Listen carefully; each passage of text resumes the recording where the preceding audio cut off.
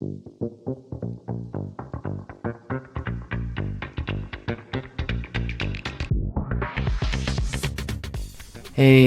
I wanted to do an episode on not letting your disability define who you are as a person, but I'm having kind of a hard time with that right now. I've always believed that we are more than just having a disability. Like we're more than just our disability. But the more I go along, the more I realize that for some disabilities, you kind of can't help but let them define who you are, at least partly. Having bipolar, it's hard not to let it define me. At any minute, my brain could turn on me. Yesterday morning, for example, I woke up in a decent mood, but after about an hour of being awake, I couldn't do it anymore.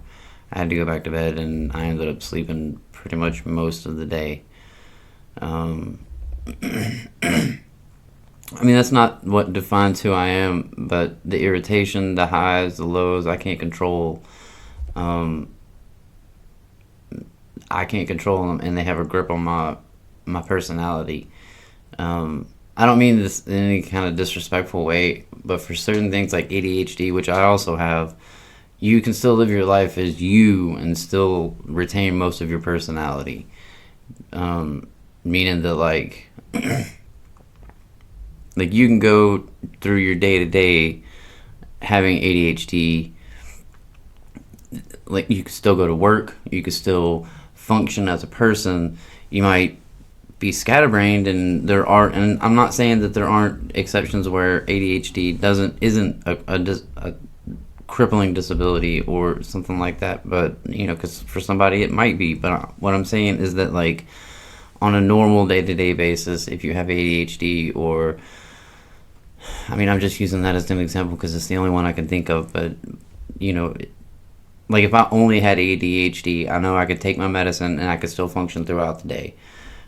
With bipolar disorder, even though I take my medicine every single day, it doesn't guarantee that I'm not going to go manic or that I'm not going to go depressed. And like here lately, I've been pretty low.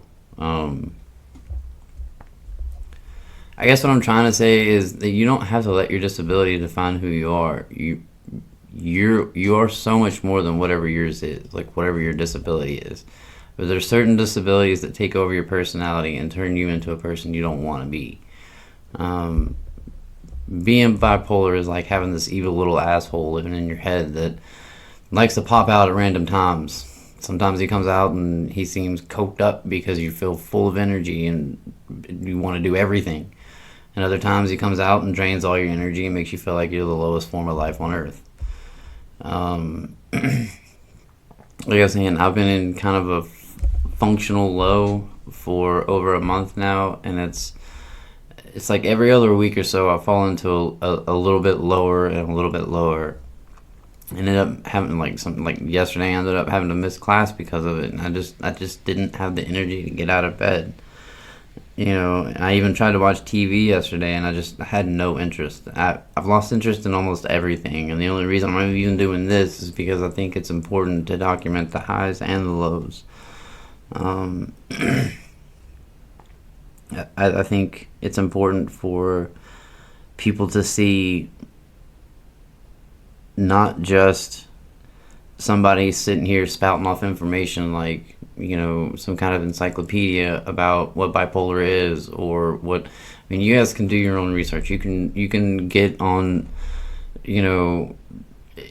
all kind of different. You can find your information out there about bipolar disorder. There's tons of information, or any disability really. There's all kinds of information about any of it. But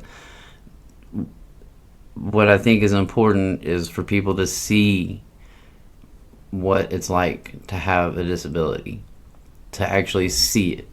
People can read about it and they can hear about it and they can learn about it, but until they actually see it, or are living it, or are living with it, or see it firsthand, then that people just don't understand it. And so that's why I think it's important for for me, this is one of the reasons why this show is so important, is because because of that.